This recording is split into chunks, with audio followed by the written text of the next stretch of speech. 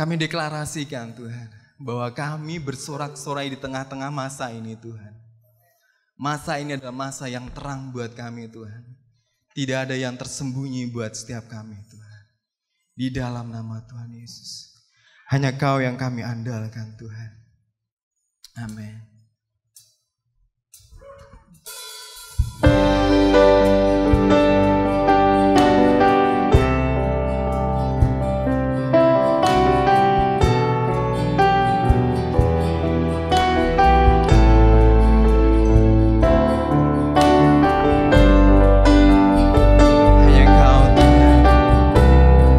Kekuatan buat setiap kami.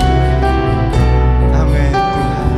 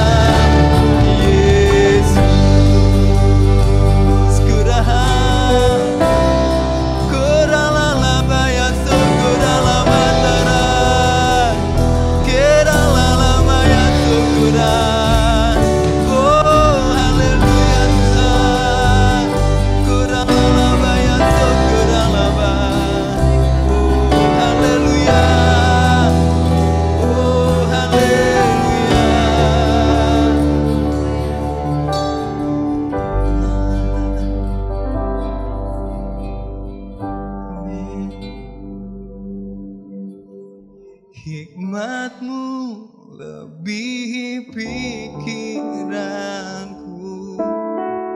jalan-Mu di atas segala jalanku, tinggi dan dalamnya kasih-Mu, hanya Kau yang ku andalkan.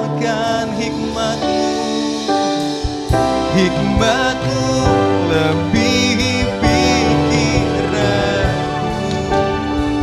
jalan-Mu di atas segala jalanku, Tuhan, tinggi dan dalamnya kasih-Mu, hanya Kau, Yesus, yang ku andalkan. Hikmat-Mu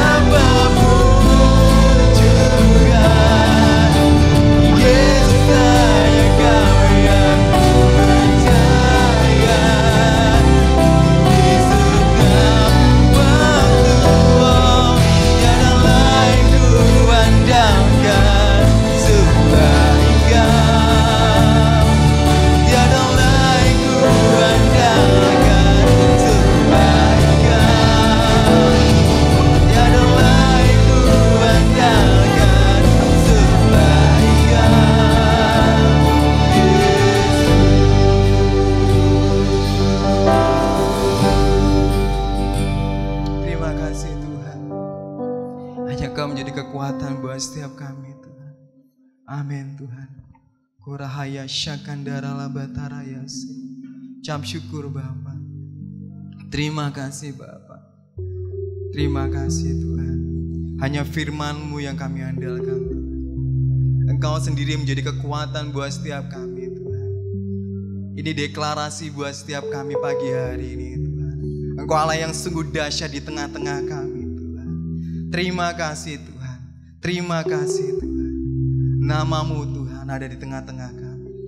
Yesus Tuhan menjadi Raja setiap hidup kami, Tuhan. Amin Tuhan. Amin.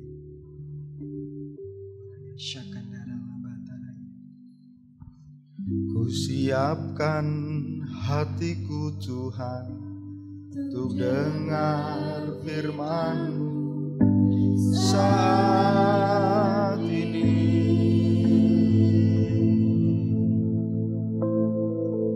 Ku sujud menyembah-Mu Tuhan, masuk hadirat-Mu saat ini.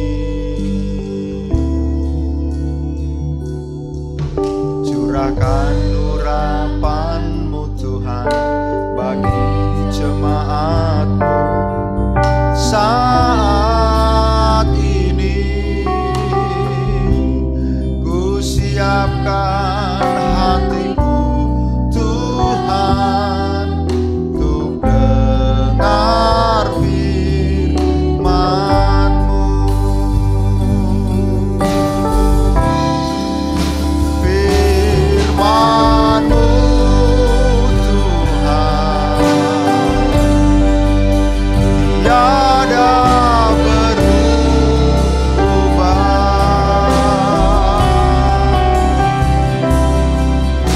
Dahulu, sekarang, selama-lamanya tiada berubah.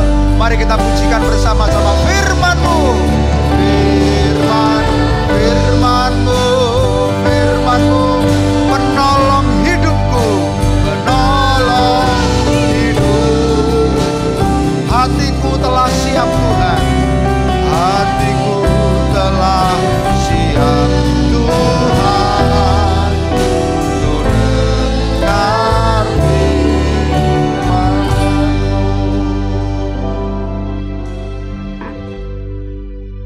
Berfirmanlah Tuhan di dalam hidup kami. Tanpa firman-Mu hidup kami akan layu.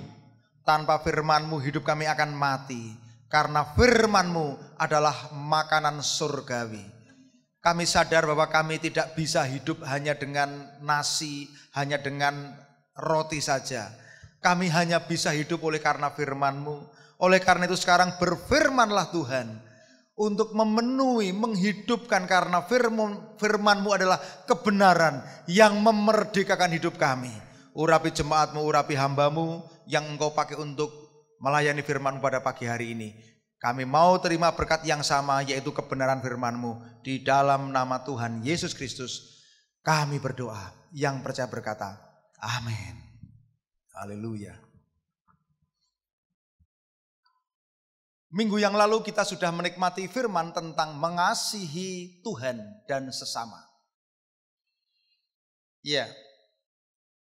Hukum yang utama yaitu kasihlah Tuhan dengan segenap hatimu, dengan segenap jiwamu, dengan segenap kekuatanmu, dengan segenap akal budimu.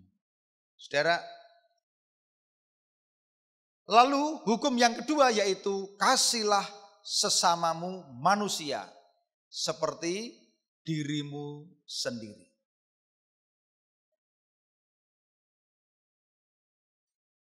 Saudara tahu bahwa kata segenap dengan segenap itu diulang sampai 4 kali. Bagi saudara yang mendengarkan dengan rutin renungan suara pengharapan, saudara pasti mengerti bahwa ini saya terangkan dengan sangat detail. Kenapa firman Tuhan tidak mengatakan kasihlah Tuhan Allahmu dengan segenap hatimu, jiwamu, kekuatanmu, akal budimu. Ini beda, saudara. Firman Tuhan tidak mengatakan kasihlah Tuhan Allahmu dengan segenap hatimu, jiwamu, kekuatanmu, akal budimu. Firman Tuhan tidak mengatakan seperti itu. Tapi firman Tuhan mengatakan kata dengan segenap itu diulang sampai 4 kali. Sehingga bunyinya kasihlah Tuhan Allahmu dengan segenap hatimu, dengan segenap jiwamu, dengan segenap kekuatanmu, dengan segenap akal budimu. Artinya kata dengan segenap diulang sampai 4 kali. Saudara, kemarin dalam renungan saya terangkan kata dengan segenap itu dari bahasa aslinya yaitu holos. Dan holos ini memiliki 3 makna yaitu lengkap, keseluruhan, sempurna, menyeluruh pada semuanya dan sampai hal yang terkecil. Artinya, mengasihi Tuhan itu harus dilakukan di dalam 4 hal ini tanpa terpisahkan. Orang kalau hanya mengasihi Tuhan hanya dengan segenap hati saja, Tuhan ngomong tidak lengkap, tidak menyeluruh, tidak terperinci, tidak sempurna, belum semuanya, kata holos. Lalu ada orang, saya mengasihi Tuhan dengan segenap hati dan dengan segenap jiwa. Belum menyeluruh, belum sempurna, belum lengkap. Ada yang mengatakan, ya saya mengasihi Tuhan dengan segenap hati, dengan segenap jiwa, dengan segenap kekuatan. Belum sempurna, belum menyeluruh. Yang sempurna apa? Yang menyeluruh apa? Mengasihi Tuhan dengan segenap hati, dengan segenap jiwa, dengan segenap kekuatan, dengan segenap akal budi. Mengasihi Tuhan dengan segenap hati berarti hati ini pusat kehidupan. Ini yang paling dalam, pusat motivasi. Dengan segenap jiwa berarti dengan segenap perasaan kita, pikiran kita. Lalu dengan segenap kekuatan, apapun yang ada di dalam diri kita, kita pakai untuk mengasihi Tuhan karena hidup kita milik Tuhan. Dengan segenap akal budi artinya apa? Ini akal budi yang sudah diperbarui. Kita tidak bisa mengasihi Tuhan dengan prinsip nilai-nilai lama.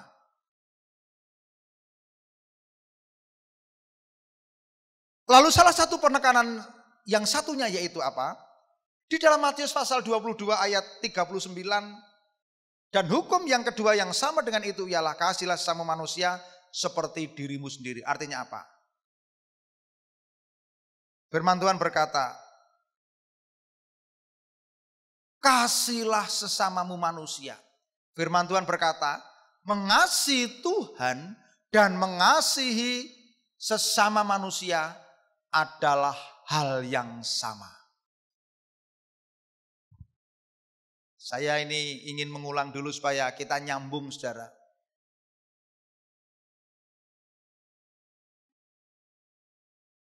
Dan hukum yang kedua yang sama dengan itu ialah, artinya mengasihi Tuhan itu sama dengan mengasihi sama, tingkatannya sama.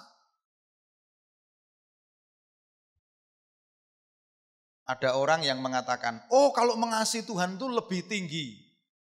Jadi yang penting saya mengasihi Tuhan, yang penting saya berdoa, yang penting saya baca firman terus, yang penting saya pelayanan terus, yang penting saya dekat Tuhan terus. Tapi membenci sesama jalan terus.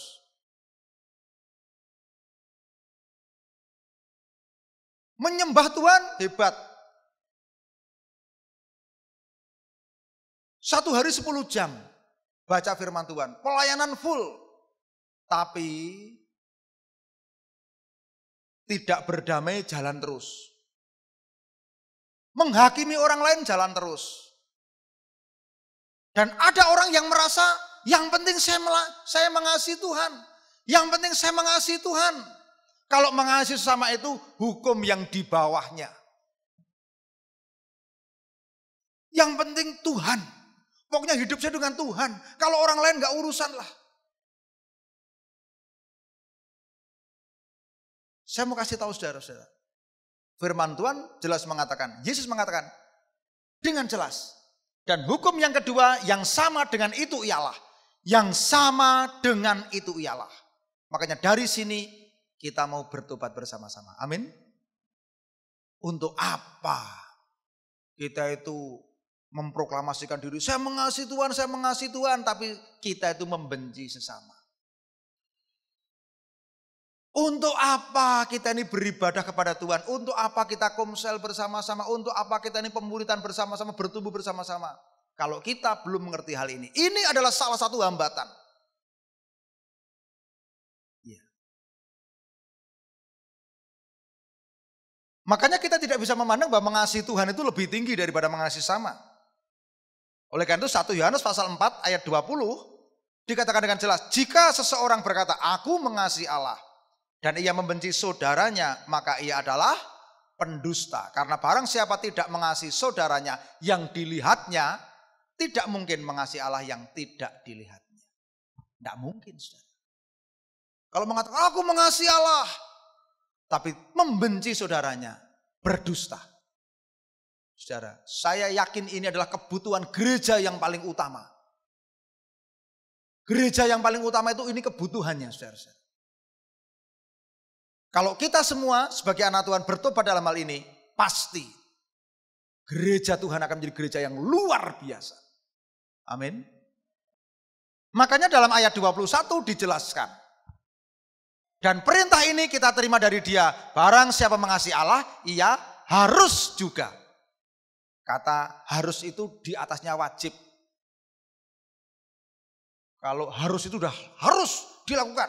Di bawahnya ini wajib, bawahnya lagi seyogyanya, sebaiknya. Ini harus. Barang siapa mengasihi Allah, ia harus juga mengasihi saudaranya. Saudara, saya kasih waktu 1 menit. Adakah di antara saudara yang hadir hari ini, ketika saudara duduk dengar firman Tuhan ini, Roh Kudus ingatkan, oh iyalah kamu masih benci nama-namanya. Sebutkan. Ada yang benci mertuanya, ada yang benci sama saudaranya, benci tetangganya. Ada yang benci sesama anggota gereja. Ada yang benci kepada saudara, minta Roh Kudus mengingatkan sehingga selama kita dengar firman, firman itu benar-benar mengubahkan hidup kita. Amin. Saudara akan mengalami sebuah kualitas kerohanian yang luar biasa ketika saudara mengerti firman ini. Ya, baik. Sekarang kita akan lihat pada nats firman Tuhan. Tolong ditampilkan firman Tuhan hari ini. Khotbah Gembala akan mempertajam khotbah minggu yang lalu. Hari ini kita akan mendengarkan firman tentang hidup dalam kasih Tuhan. Kalau firman Tuhan minggu yang lalu, mengasihi Tuhan dan sesama, sekarang kita pertajam hidup dalam kasih Tuhan. Kita baca dari Efesus pasal 5 ayat 1 dan 2. Mari kita baca bersama-sama. Efesus pasal 5 ayat 1 dan 2. 2, 3. Sebab itu jadilah penurut-penurut Allah seperti anak-anak yang kekasih. Dan hiduplah di dalam kasih. Sebagaimana Kristus Yesus juga telah mengasihi kamu dan telah menyerahkan dirinya untuk kita sebagai persembahan dan kurban yang harum bagi Allah. Ini waktunya kita mempertajam. Firman Tuhan berkata, hidup dalam kasih Tuhan. Dalam suratnya kepada jemaat di Efesus, Rasul Paulus menasihati untuk orang-orang Kristen, orang-orang percaya, hidup dalam kasih Tuhan. Sebagaimana, perhatikan, sebagaimana Kristus Yesus telah mengasihi mereka dan menyerahkan dirinya sebagai penebus dosa manusia. Kata sebagaimana berarti begini saudara-saudara. Kan hidup mengasihi ini kan menjadi tuntutan bagi banyak agama. Ya. Agama apapun mengajarkan mengasihi. Hidup dalam kasih. Apalagi Hindu Buddha, saudara. Ada juga kepercayaan yang mengajarkan membunuh binatang aja tidak boleh. Hidup dalam kasih ini menjadi model banyak agama. Sekarang saya tanya, apa yang membedakan antara agama Kristen dengan agama lain? Dalam hal ajaran kasih. Di mana bedanya? Saya kasih tahu, bedanya di sini. Kalau orang Kristen, orang percaya, ini patron, pedoman dasar mengasihi itu yaitu Yesus. Agama lain enggak? Orang percaya itu ukuran pedoman mengasihi itu siapa? Yesus. Makanya dikatakan mengasihi sebagaimana apa? Kristus juga mengasihi kita. Dengan cara apa? Dengan cara berkorban dan mati di kayu salib. Oleh karena itu firman Tuhan dalam ayat 1, perhatikan di sini, kita lihat di sini semua. Sebab itu jadilah apa? Penurut-penurut Allah. Kata penurut dalam Kamus Besar Bahasa Indonesia, saya teliti, menurut Kamus Besar Bahasa Indonesia, penurut itu siapa? Orang yang menurut, tidak melawan. Patuh, penurut. Berarti firman Tuhan katakan apa? Jadilah penurut-penurut Allah. Nah, kalau kita kontraskan, kata penurut ini, lawan katanya pemberontak, pembangkang. Berarti kalau kita hidup dalam kasih, firman Tuhan katakan, oh berarti kamu penurut firman.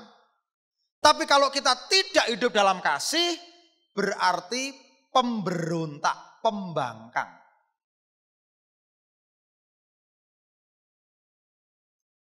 Kemarin saya dapat terima bagus sekali. Kalau kita menurut, kita tuh ikut relnya Tuhan. Berarti kita ada di jalurnya. Ya. Ibarat rate setting ini kalau dilerek gitu, waduh, masih nurut gitu ya. Jalan tuh nurut. Ya, ibarat kalau pintu itu kalau ditutupkan tuh nurut gitu. Tetapi kalau nurutnya, kalau enggak nurut, itu bisa saja hanya rusak sementara, bisa saja ada kata bejat. Perhatikan. Makanya ada istilah orang yang bejat. Bejat itu sudah sulit dikembalikan kepada semula. Ya. Saya tertarik kemarin ketika saya baca satu artikel. Kata bejat, ini berarti sudah sungguh-sungguh sulit diperbaiki, sulit dikembalikan. Padahal ingat, kita ini bukan seperti itu. Firman Tuhan dengan jelas mengatakan, renungan seminggu sebelumnya, kita ini adalah ciptaan baru. Yang lama sudah berlalu dan sesungguhnya yang baru sudah datang. Kita ini bukan orang-orang yang pemberontak. Dulu kita hidup menjadi manusia lama. Hidup tidak mengasihi Tuhan. Dulu kita adalah orang-orang yang memberontak. Sekarang kita ini adalah orang-orang yang sudah menjadi ciptaan yang baru. Sehingga Rasul Paulus menasihati kepada jemaat di Efesus, jadilah penurut-penurut Allah seperti anak-anak yang kekasih. Tidak melawan, tidak memberontak. Oleh karena itu, di dalam tulisan yang sama, Rasul Yohanes mengatakan dalam 1 Yohanes pasal 2 ayat 6, dikatakan apa? Barang siapa mengatakan bahwa ia ada di dalam dia, ia wajib hidup sama seperti Kristus telah hidup.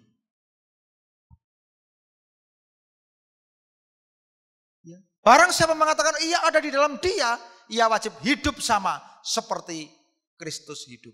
Artinya kita hidup sebagaimana Kristus hidup. Saudara, oleh karena itu kehidupan kekristenan tidak dapat dipisahkan dari kasih.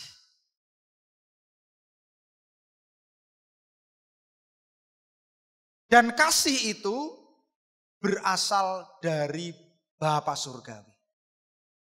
Saudara, kalau kita ini mencoba mengasihi orang dengan kekuatan sendiri pasti gagal. Karena apa? Orang cenderung mengecewakan kita. Kita ini cenderung punya harapan terhadap orang dan harapan kita itu tidak bisa tercapai. Ya, harapan saya ini saya begini. Harapan saya dapat ini. Harapan saya begini. Cenderung tidak bisa. Cenderung tidak ada seorang pun yang bisa memenuhi harapan kita. Suami saudara, istri saudara enggak bisa. Apalagi tetangga saudara. Makanya kalau ada orang yang hidupnya hanya menuntut supaya harapannya terpenuhi, itu adalah hidup manusia lama yang egois. Orang hidup yang hanya pengen dapat sesuatu, pengen supaya apa yang dari kemauan saya ini dapat terpenuhi. Ini orang yang hidup bagi diri sendiri. Orang yang seperti ini tidak akan mungkin pada tingkatan hidupnya ini mengasihi sesama. Saudara, oleh karena itu setiap orang Kristen diperintahkan untuk hidup di dalam kasih. Mengasihi sesama. Bukan dengan kekuatan sendiri.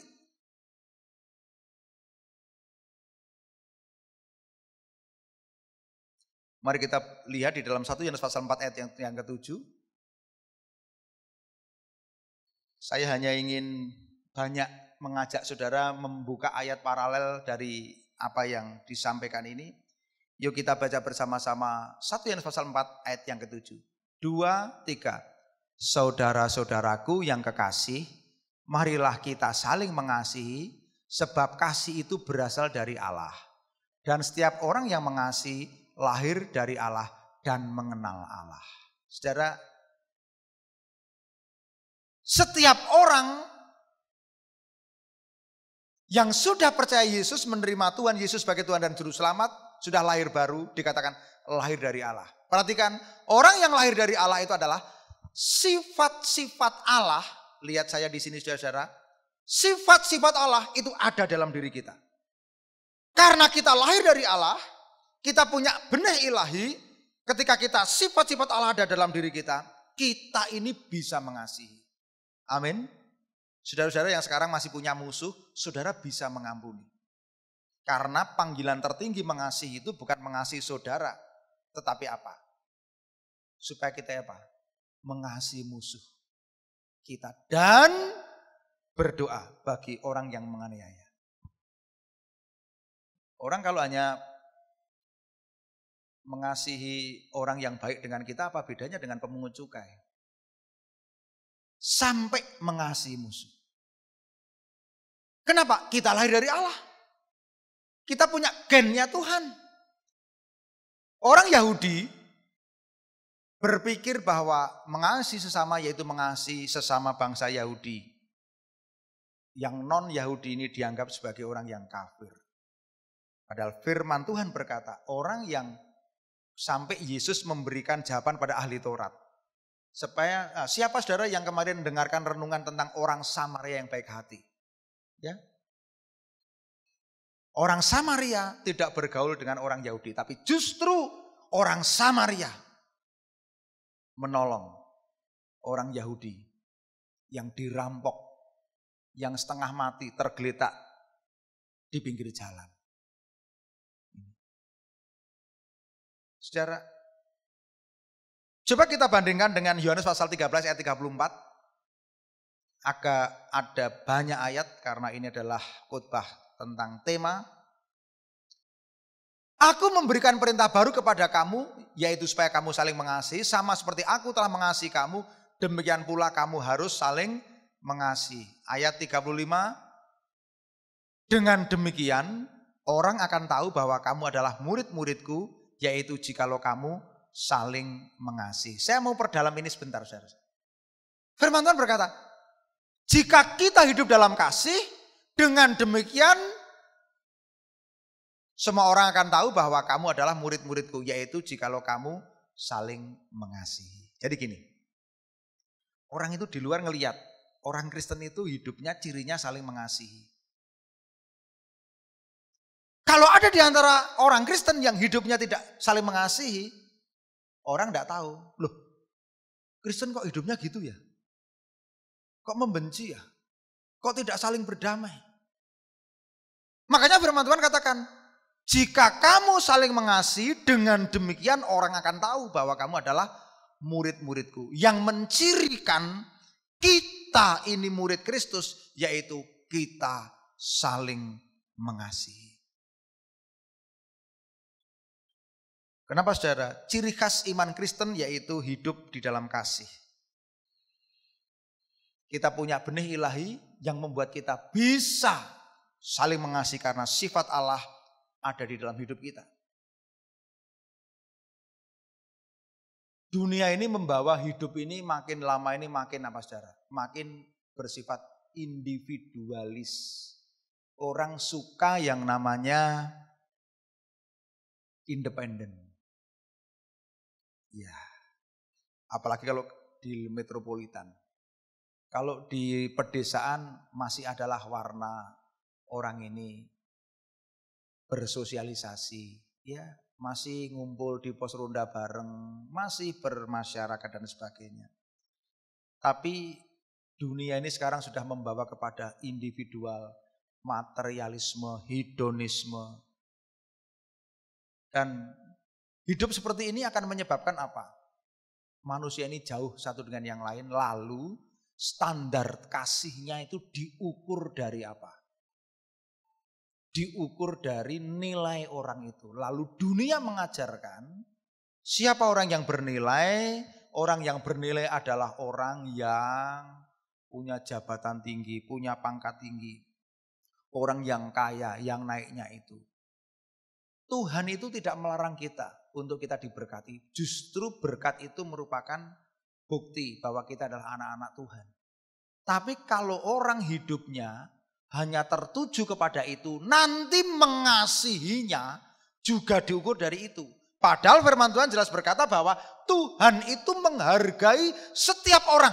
Itu menjadi pribadi yang berharga oleh karena karya penebusan Kristus. Amin. Ya, ada yang naik sepeda ontel, ada yang sepeda ontel saja, sepeda yang mahal juga ada sekarang. Ada yang naik motor, ada yang naik mobil. Mobilnya saja beda-beda, berkelas. Lalu ketika orang sudah sikapnya ini, segala sesuatu diukur dari nilai duniawi, maka mengasihinya akan diukur juga. Wah, ketika ini orang hebat, bupati, gubernur, naiknya naik mobil hebat, lalu orang mengasihi. Salah, saudara. Itu tipu daya iblis. Yesus berfirman, mengasihi sesama. Yesus mati di kayu salib untuk semua orang. Kaya miskin, tua muda, orang berpangkat, tidak, punya duit banyak, tidak. Semuanya inilah ciri daripada kasih Kristus. Oleh karena itu di tengah-tengah situasi seperti itu Rasul Paulus memberi nasihat kepada orang di Efesus. Supaya mereka hidup di dalam kasih Tuhan dengan standar apa? Standar pribadi Kristus.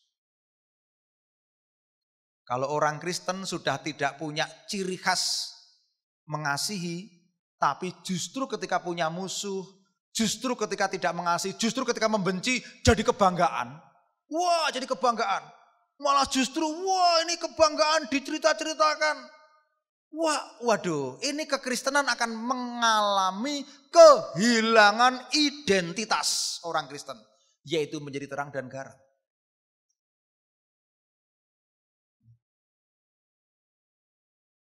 Saudara, oleh karena itu Rasul Yohanes ini punya nasihat nada yang sama dengan Rasul Paulus. Coba kita lihat kata penurut ini diulang di dalam 2 Yohanes pasal 1 ayat 6.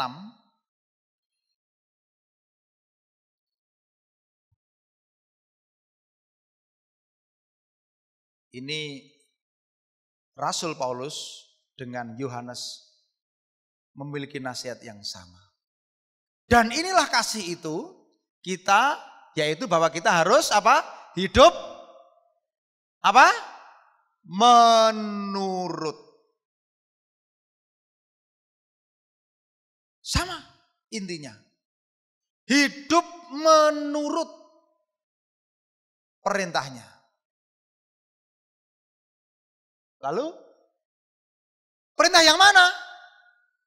Ada yang tanya, perintah yang mana Pak? Yang mana, yang mana, yang mana, yang mana? Dijawab. Dan inilah perintah itu. Apa? Yaitu bahwa kamu harus hidup di dalam kasih. Sebagaimana telah kamu dengar pada mulanya.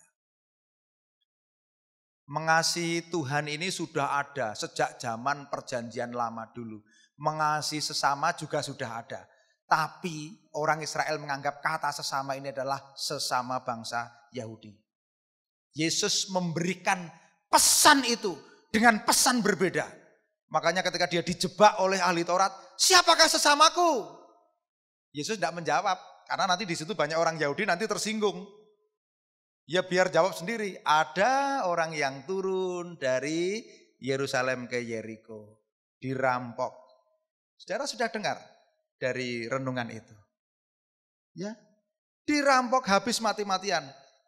Imam turun, perhatikan saudara, imam turun dari Yerusalem ke Yeriko. Jaraknya berapa? 26 kilo. Turun. Ada yang setengah mati. Ada orang tergeletak. Minggir. Lewi, ini pelayan Tuhan. Ada tergeletak. Minggir. Saudara. Tapi orang Samaria justru nolong. Kasih. Dibersihkan lukanya. Bawa ke penginapan. Kasih 2 dinar. Ngomong sama pemilik penginapan. Kalau nanti kurang akan tambah. Kalau aku kembali. Saya mikirnya gini saudara. Kalau yang lewat itu imam dari Yeriko ke Yerusalem karena mau bertugas. Oh wajar saja karena dia mengira jangan-jangan ini mati. Kalau mati kan tidak boleh orang pegang mayat karena najis. Najis. Wah saya bisa logika. Mungkin nggak mau nolong karena dikira mati ya udah sekarat. Langsung ini udah turun kok udah selesai. Melaksanakan tugas di bait suci. Tapi tetap saja menghindar. Padahal sudah turun, sudah selesai tugas ini. Dari situ Yesus mengoreksi sesama itu siapa?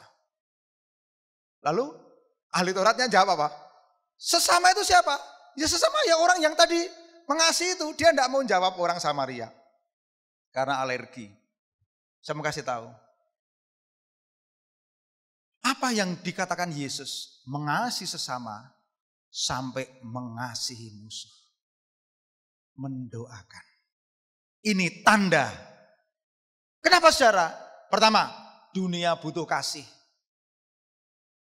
Dunia butuh kasih. Kasih itu menjadi jawaban bagi sekarang. Bagi saudara-saudara yang tidak mengerti tentang kondisi remaja dan sebagainya. Saya ini berkali-kali mengkonseling orang yang mau bunuh diri saudara. Saudara, dunia itu butuh kasih. Ada banyak orang yang kehilangan kasih. Kalau orang Kristen sudah kehilangan kasih, apa sih menariknya gereja? Saudara, saya mau kasih tahu. Ini mau dibuat lantai emas gereja ini. Mau dibuat pakai permata indah. Mau dibuat musiknya. Ada gereja yang di Klaten yang harganya musiknya 1 set sampai ratusan juta. Mau diubah seperti itu. Tetapi kalau kita isinya tidak saling mengasihi, tidak sungguh-sungguh saling mengampuni, enggak ada menariknya. Yang menarik itu karena apa? Walaupun gedungnya biasa, alatnya biasa, tapi orang yang hidup di dalamnya ini menjadi keluarga Allah, saling mengasihi.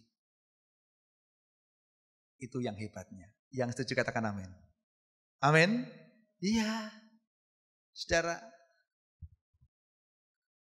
setelah 50 tahun kita baru menempati gedung gereja seperti ini. Kalau bukan karena hidup saling mengasihi, udah lewat. Saudara, Yang menarik itu. Ya. Dunia butuh kasih. Yang kedua, karena mengasihi itu adalah perintah Tuhan. Saudara, saya kalau ngomong sama anak saya, ya Be kesini, ya Pak, itu motormu kotor itu, dicuci. Sekarang, motormu kan motormu sendiri. Lalu mungkin ini hanya cerita. Dia enggak nyuci motor. Ya. Malah ngerjakan yang lain. Ya Be, kenapa kamu enggak nyuci? Misalnya, enggak mau Pak, biar kotor saja. Wah, kamu enggak nuruti perintah. Orang yang mengasihi Tuhan, makanya dikatakan di dalam Yohanes pasal 14, 15. Jika kamu mengasihi aku, kamu akan menuruti segala perintahku. Kalau kita sungguh-sungguh hidup dalam kasih, ini makna yang kedua. Mengasihi adalah perintah Tuhan. Coba kita lihat di dalam Yohanes pasal 13 lagi. Ini agak ada banyak, enggak apa-apa. Yohanes, saya menyiapkan memang banyak ayat, karena ini banyak ayat paralel dari yang saling berhubungan. Apa yang ditulis Yohanes, karena kitab Yohanes itu adalah kitab, Nabi Yohanes itu, Rasul Yohanes adalah rasul yang banyak menulis tentang kasih Allah. Injil Yohanes adalah Injil yang menggambarkan Yesus sebagai anak Allah. Mari kita baca bersama-sama Yohanes 13 ayat 34, 2, 3. Aku memberikan perintah baru kepada kamu, yaitu supaya kamu saling mengasihi, sama seperti aku telah mengasihi kamu, demikian pula kamu harus saling mengasihi. Ini kan gini, kan aku udah kasih contoh ini, aku mengasihi kamu. Lalu yang kedua, frase yang kedua, kamu juga harus mengasihi. Kan sudah diberi contoh. Kalau Bapak Jokowi berkunjung ke sini, lalu Pak Jokowi ngomong gini, saya dengar sini tuh ada turunan ada jalan naik bagus untuk sepeda ya, Celongop ya. Iya Pak, ada Pak Celongop, tapi nanti capek Pak. Enggak apa-apa. Saya akan bersepeda. Ada yang punya sepeda? Oke. Wah, sepeda. Rujukan yang terbaik. Ya Pak, sepeda. Lalu Pak Jokowi naik sepeda, lalu saudara, Pak, maaf ya Pak. Jenengan naik sepeda tapi saya naik motor aja Pak. Saya capek. Loh, saya naik sepeda loh. Seandainya gini, Pak Jokowi itu naik sepeda ke Celongop, lalu di sini kan ada rombongan yang suka sepeda. Lalu rombongannya itu ngetutke pakai motor tuh kira-kira gimana saudara? Ini hanya contoh saja. Waduh, Pak Jokowi, wah itu malah numpak motor. Ya. Ini hanya bagian contoh kecil. Yesus sudah memberikan teladan, memberikan contoh, menyerahkan nyawa untuk mengasihi. Makanya dia katakan, saya sudah memberikan teladan, memberikan contoh. Hendaklah kamu juga saling mengasihi. Lalu yang ketiga, karena saling mengasihi itu adalah tanda murid Yesus. Ketika kita saling mengasihi, di dalam ayat berikutnya, ayat 35, dengan demikian semua orang akan tahu bahwa kamu adalah muridku, yaitu jikalau kamu saling mengasihi. Saya minta gini saudara, saudara nanti pulang itu jangan dengan hati yang sama. Sebelum pulang buat keputusan, Tuhan saya bersyukur untuk firman-Mu hari ini. Saya mengambil keputusan untuk hidup di dalam kasih. Jangan pernah pulang dengan ibadah dengan hati yang sama. Rugi saudara. Baik, sekarang saya akan kembali mengajak kepada saudara untuk belajar dari kisah jemaat mula-mula. Ada satu rahasia. Kenapa jemaat mula-mula dulu di dalam Kisah Rasul pasal 2 adalah jemaat yang miskin, jemaat yang terbatas, jemaat yang sungguh-sungguh minoritas. Kenapa mereka ini mengalami hal yang luar biasa. Salah satu rahasianya, kalau kita lihat di dalam Kisah Rasul pasal 4 ayat 33, mereka ini hidup dalam kasih karunia yang berlimpah-limpah. Mereka itu hidup di dalam kasih karunia yang berlimpah-limpah. Kita kembali ke Kisah Rasul pasal 2. Saya mau terangkan dengan cepat. Saya punya waktu 10 menit. Baik, mudah-mudahan cukup. Mari kita lihat Kisah Rasul pasal 41 ayat 2. Ayat 4, Kisah Rasul pasal 2 ayat 41-42. Orang-orang yang menerima perkataannya itu memberi diri dibaptis, dan pada hari itu juga jumlah mereka bertambah kira-kira 3.000 jiwa. Mereka bertekun dalam pengajaran rasul-rasul dan dalam persekutuan, dan mereka selalu berkumpul untuk memecahkan roti. Perhatikan di sini. Salah satu rahasia kenapa jemaat mula-mula ini ada jemaat yang biasa. Tidak ada dulu LCD, tidak ada saudara. Mereka tidak punya LCD. Mereka tidak punya mic sebagus ini. Mereka tidak punya gedung ibadah sebagus ini. Saudara tahu, sangat sederhana di sana. Ya, waktu itu. Saudara, mereka tidak punya peralatan-peralatan yang modern. Tapi mengapa orang-orang jemaat mula-mula ini menjadi orang-orang yang luar biasa? Perhatikan. Mereka memberi diri dibaptis. Baptis itu penting. Kenapa? Ketika orang dibaptis, manusia lama dikuburkan, dibangkitkan dengan manusia baru. Kehidupan lama ditinggalkan. Ini pengalaman pribadi. Makanya saya sudah perintah kepada koordinator pelayanan. Saya ngomong, siapa yang akan dibaptis, saya privat. Enggak usah nunggu kelas baptis. Karena ada yang kerja malam, ada yang kerja siang dan sebagainya. Saya privat. Dibaptis itu penting. Karena ini adalah sebuah proklamasi iman. Kalau ada orang tua yang anaknya belum baptis, bagaimana caranya? Dulu saya pernah mau baptis orang itu, bisanya punya waktu jam 10. Saya masih ingat, saya jam 10 saya privat. Saya masih di Nglodokan. Saya masih ingat ketika pulangnya saya mau hampir jatuh di Canan. Karena apa? Tiba-tiba ban saya itu gembosnya seketika. Langsung cuas gitu. Waduh, gabik gitu saudara. Waduh, ini setan itu enggak senang kalau saya ini mati-matian. Ngerebut jiwa-jiwa. Yang kedua, setelah dibaptis, saudara, mereka terjadi panen raya jemaat yang luar biasa. Tambah 3.000 jemaat. Kenapa? Mereka bertekun dalam pengajaran. Bertekun itu apa? Suka firman Tuhan terus-menerus. Suka firman Tuhan terus-menerus. Saudara-saudara kalau baca firman Tuhan, waduh baca, apalagi meneliti, apalagi merenungkan, itu bukan sesuatu yang mudah. Tapi kalau dengarkan renungan itu sama dengan orang disuapi. Dengarkan renungan tinggal begini, dengarkan renungan. Terus-menerus suka firman Tuhan, bertekun itu terus-menerus suka firman Tuhan. Dalam masa pandemi, pemuritannya dengan cara apa? Dengan cara saudara dengarkan renungan terus. Ya, kita tidak ada kelas. Tapi saudara renungan suara pengharapan hadir untuk apa?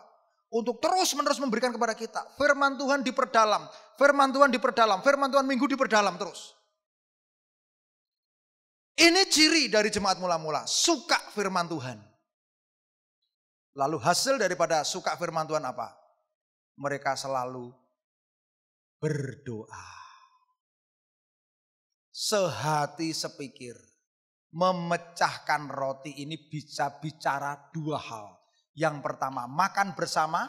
Yang kedua, selalu mengenang kurban Kristus.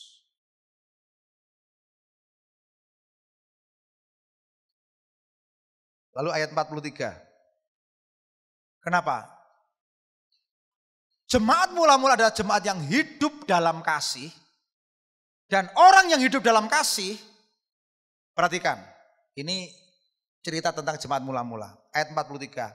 Maka ketakutanlah mereka semua, sedang rasul-rasul itu mengadakan banyak mujizat dan tanda. Mujizat selalu ada. Coba saudara, kalau keluarga ini hidupnya dalam percekcokan, lalu banyak orang hidup dalam dosa, enggak ada Tuhan, enggak ada mujizat. Ketika orang hidup dalam kasih, saling mengasihi, saling mendoakan, terjadi pemulihan, kesembuhan, ada keajaiban terus-menerus. Dalam bahasa lainnya, saya teliti di situ, keajaiban terus-menerus. Lalu apa? Ada tanda. Ada kata mujizat dan tanda. Tanda itu gini saudara. Wah, kayak anak Tuhan. Dari apa? Dari perkataannya. Dari cara hidupnya. Ya. Orang dari perkataannya kelihatan kok. Wah, ini orang lahir baru, ini tidak ini. Orang dari cara mengasihi orang lain udah kelihatan. Jadi jemaat mula-mula itu banyak tanda. Ada kuasa yang menyertai. Orang yang hidup di dalam kasih melimpah Bapa, selalu pengen berdoa, bahkan pengen mendoakan. Tapi kalau orang yang hidup dalam kasih, ada dalam kebencian, dendam, wah mau doakan aja enggak pede. Wah, aku wis kono kowe wae ndongake aku ora wae. Lah ngopo? Aku ora wae. Karena apa? Enggak bisa. Dipakai Tuhan secara maksimal enggak bisa. Berikutnya, ayat 44. Dan semua orang yang telah menjadi percaya tetap bersatu, dengan segala kepunyaan mereka adalah kepunyaan bersama. Dan selalu ada di antara mereka yang menjual harta miliknya lalu membagi-baginya kepada semua orang sesuai dengan keperluan masing-masing. Orang yang hidup dalam kasih, bersekutu dengan firman Tuhan terus-menerus, banyak doa, bersekutu dengan korban Kristus. Cirinya apa? Bersatu. Sehati sepikir. Karena apa? Kenapa bersatu? Karena kasih sebagai pengikat. Jadi sabuknya. Saudara tahu enggak? Kalau enggak ada pengikatnya, kayu itu bisa ambiar. Tapi diikat. Wah. Persekutuan orang percaya itu diikat hanya dengan satu hal, yaitu kasih Tuhan. Akhirnya tanda orang yang hidup di dalam kasih Tuhan yaitu apa? Bersatu. Mari kita katakan bersama-sama bersatu. 2, 3. Bersatu itu tandanya. Ini. Ketika bersatu memberkati tanpa batas. Memberkati tanpa batas. Sampai apa? Sampai harusnya tidak bisa memberkati. Ya. Saya banyak terima sharing dari jemaat. Iya Pak, sebenarnya saya juga butuh Pak, tapi karena Tuhan bicara, udahlah. Akhirnya saya yang, udahlah ini bukan hak kita. Udah kita kasih aja mah. Saya lihat di antara jemaat sudah banyak yang praktek kasih. Dan ketika saudara bisa memberkati tanpa batas. Karena bersatu, saling sehati sepikir. Wah luar biasa. Coba kalau orang tidak hidup dalam kasih, enggak ada kesatuan. Enggak ada kesatuan. Enggak ada kesatuan saudara-saudara.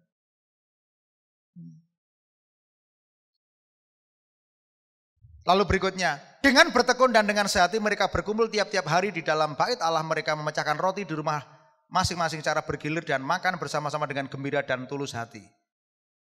Perhatikan. Bertekun artinya apa? Belajar terus dari para rasul.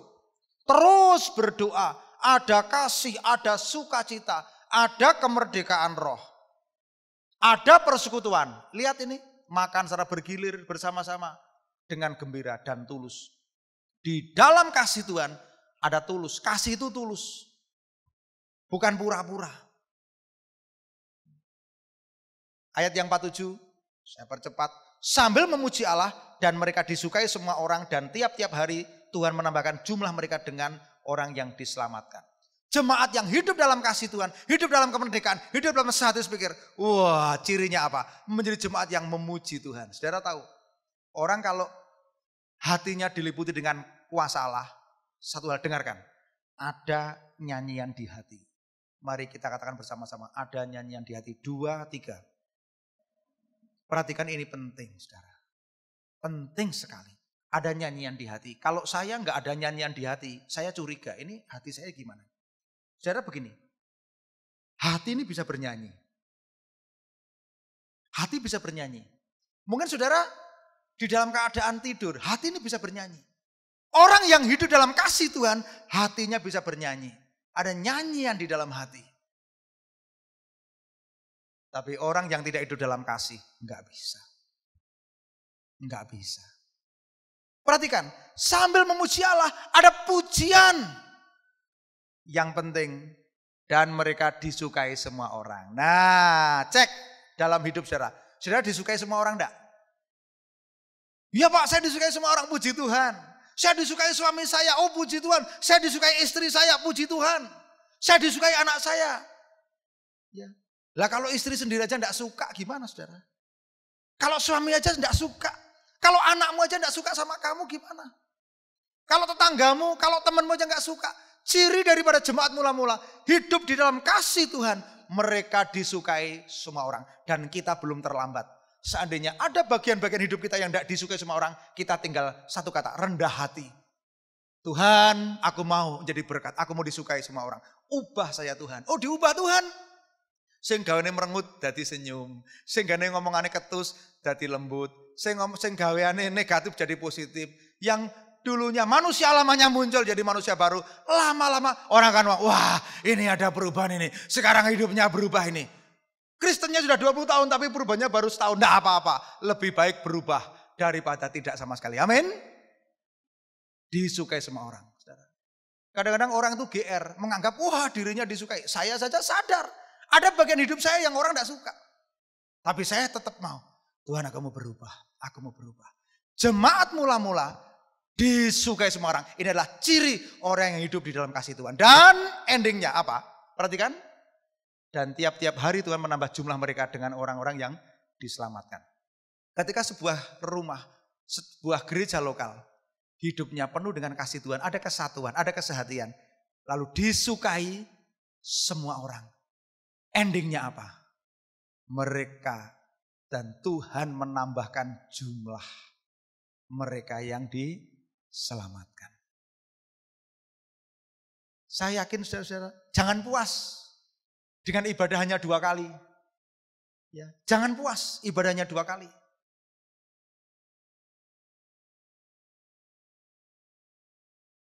Kalau Tuhan izinkan ketika kita hidup dalam kasih, wah banyak jiwa-jiwa baru datang. Banyak orang tertarik. Tapi kalau kita ini tidak hidup dalam kasih, nggak ada menariknya saudara. Wah gerejane anyar, nggak ada menariknya saudara. Wah kayak doan, wah jemaatnya do saling membenci, nggak ada menariknya. Saudara, oleh karena itu, yuk kita mengasihi Tuhan, bukan dengan kekuatan kita, tapi dengan kekuatan Tuhan. Saudara-saudara, siapa di antara saudara yang mau mengambil keputusan? Tidak usah angkat tangan, tidak usah ngomong. Katakan saja, Tuhan, betapa pentingnya saya melaksanakan firman Tuhan karena mengasihi Tuhan dan mengasihi sesama adalah hal yang sama. Mengasihi itu adalah kunci. Jemaat mula-mula ini adalah jemaat yang hidup dalam kasih. Dia mendemonstrasikan kasih. Sampai apa? Menjual harta miliknya. Dibagikan untuk mereka. Mereka betul-betul disukai semua orang. Walaupun hidup di dalam penganiayaan. Menjadi jemaat minoritas. Saya yakin dan percaya hari ini. Saudara menerima berkat yang berbeda. Firman Tuhan disampaikan sama satu orang yang dipakai Tuhan untuk memberikan firman Tuhan. Tapi setiap orang. Saudara buka hatimu. Buka hatimu. Tuhan saya buka hatiku untuk terima firman-Mu. Jauhkan aku dari hati yang keras. Untuk hari ini aku mau bereskan. Untuk hari ini aku mau mengalami perubahan hidup. Mari kita akan berdiri semuanya. Ya,